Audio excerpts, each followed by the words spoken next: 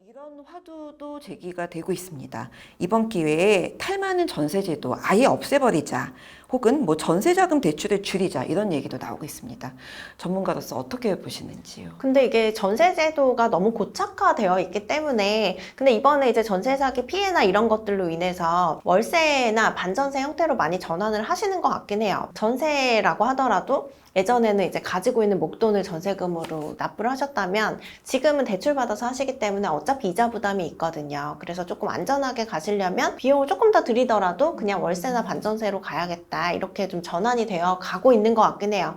근데 이게 전세 제도라는 게 사실 이제 좀 어느 정도 안정적으로 내가 주거 비용을 줄이면서 거주할 수 있는 장점이 있기 때문에 쉽게 사라지기는 어려울 것 같아요. 좀 방법은 없죠, 사실은. 네, 방법은 없어요. 전세 제도가 있는 한 뭐 이런 위험은 항상 있을 수밖에 없는 거기 때문에. 그리고 전세자금 대출 같은 경우에는 임차인의 소득에 영향을 받지 않으니까 좀 그동안 좀 대출이 방만하게 운영된 부분은 있어요. 그래서 실제로 아까 말씀드린 것처럼 허위 거래로 시세를 높게 이제 책정하는 뭐 그런 식으로 이제 해서 전세자금 대출을 많이 받는다거나 그런 부분들이 있었는데, 여기 이제 금융기관이 개입 안 했다라고 보기도 좀 어려운 게 일정 지점에서만 뭐 대출 한도가 많이 나온다거나 그런 사례들이 있었거든요. 그래서 뭐 이런 부분들 고려했을 때는 좀 대출 관련해서 금융기관에 대한 뭐 관리 감독이라던가, 그리고 이 전세 대출이라고 하더라도 임차인의 소득을 어느 정도는 반영을 하게끔 이제 제도가 좀 개선이 돼야 될 것 같아요. 그런데 또 현실적으로는 많은 집주인들이 전세보증보험에 가입을 하지 않고 있어요. 이게 뭐 비용 문제 때문인 거죠.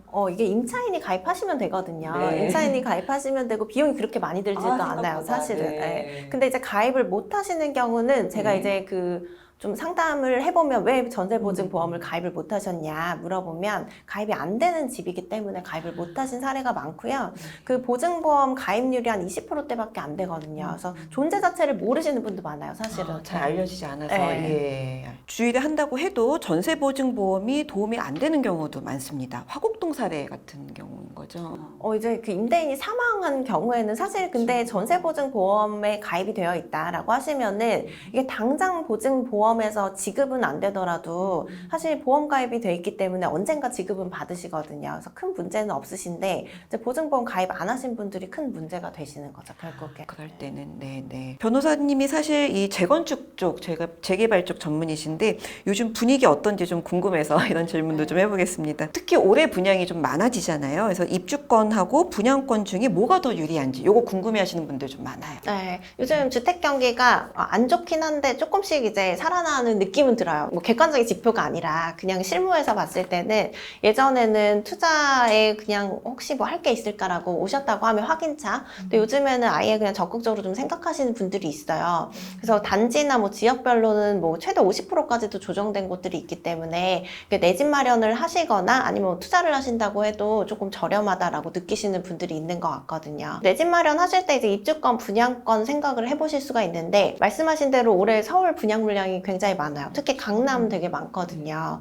근데 이제 강남 같은 경우에는 어느 정도 자금 여력이 또 있으셔야 되니까 거기에 맞춰서 이제 하시면 될 텐데, 강남이 아니라고 하더라도 꽤 괜찮은 단지들이 분양을 많이 하거든요. 근데 이제 항상 보셔야 되는 거는 분양가가 어떻게 해서 형성이 돼 있느냐. 그래서 너무 주변 시세보다 비싸면 사실은 좀 인기가 없을 수밖에 없고 굳이 분양을 받을 메리트가 없으시기 때문에 주변 단지랑 좀 비교를 해보셔야 되는데, 같은 단지라고 하더라도 분양권과 입주권이 나눠져 있을 수가 있거든요. 그래서 우리나라 그 아파트의 대부분 70% 이상은 거의 재건축 재개발로 지어진다고 보시면 되기 때문에 기존에 이제 재건축 재개발 조합원이 갖고 있던 입주권이 이제 거래되는 경우가 있고, 그러니까 아파트 청약 당첨돼서 생긴 분양권이 거래되는 경우가 있거든요. 같은 구역이라도 이게 공존하고 있어요. 근데 시세가 같이 가는 건 아니에요, 꼭. 그래서 둘 중에 하나가 좀 저평가된 경우가 있거든요. 그래서 이런 것들 좀 잘 비교하셔서 좀 저평가된 이제 입주권 또는 분양권을 매수를 하시면 좋고, 그리고 주변 신축 단지나 이런 것도 같이 보시는 거죠. 그러면 이제 그 평촌이나 뭐 이런 쪽은 사실 입주권, 분양권 뭐 이런 것들보다도 주변 신축 단지가 많이 조정이 됐더라고요. 그래서 이런 곳들은 또 이제 신축 단지 위주로 내 집 마련하시거나 투자를 하시면 좀 좋을 것 같아요. 네, 요즘 뭐 공사비가 많이 증액이 되고 또 이에 따라서 뭐 입주 지연까지 이어지고 있다고 하는데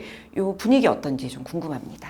네, 실제로 말씀하신 대로 공사 지연이 많이 일어나고 있어요. 그래서 이거 관련해서 아까 말씀드린 것처럼 분양계약 해제나 이런 것들 원하시는 분들도 많죠. 왜냐하면 지금 입주하는 단지는 2년 전에 분양 받으신 거라서 굉장히 고가의 분양을 받으셨거든요. 그래서 이제 분양계약 해제를 뭐 공사가 지연되는 김에 하고 싶어 하시는 분들이 많고, 실제로 재개발 재건축 사업지에서도 가장 문제가 되는 거는 공사비 둘러싼 분쟁이에요. 공사비 증액해달라, 뭐 이거는 기본적으로 굉장히 많고, 증액이 안 되면은 그냥 사업 중단해버리는 케이스들도 굉장히 많거든요. 서울뿐만 아니라 뭐 지방도 그래요, 현재로서는. 그리고 부산인데도 불구하고 최근에 이제 900만 원대 공사비 제한이 나왔을 정도로 지금 공사비 증액이 굉장히 가파르게 되고 있거든요. 그래서 이런 부분들을 좀 둘러싼 공사 지연이나 뭐 분쟁들이 많이 발생하고 있다라고 보시면 될 것 같아요. 알겠습니다. 또 어쩔 수 없는 이슈이기도 하네요.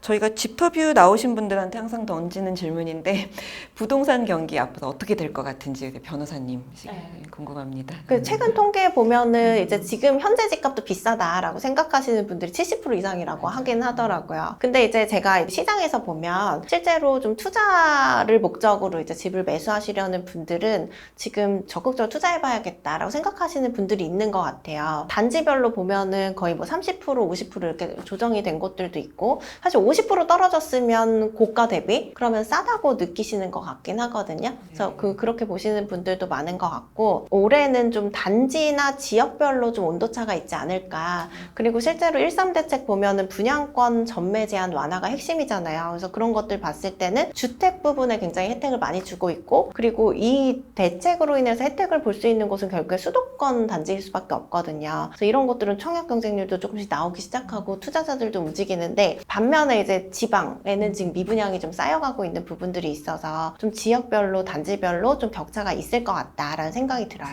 알겠습니다. 갈아타기 하시는 분들이나 아니면 부동산 재테크하시는 분들 올해 좋은 타이밍이 올 수 있을까요? 네, 그럴 것 같고요. 그리고 네. 제가 드리고 싶은 말씀은 좀 지방에 지금 이렇게 돈이 묶여 계신 분들 되게 많거든요. 그래서 조금 손해를 보시더라도 빨리 이제 하셔가지고 좀 좋은 기회 수도권 단지나 이런 것들로 좀 갈아타시는 게 좋지 않을까라는 생각이 많이 들더라고요. 알겠습니다. 네, 좋은 또 도움이 많이 될 것 같습니다. 오늘 너무 좋은 말씀 많이 해주셔서 오늘은 여기까지 듣겠습니다. 귀한 시간 내주셔서 감사합니다. 고맙습니다.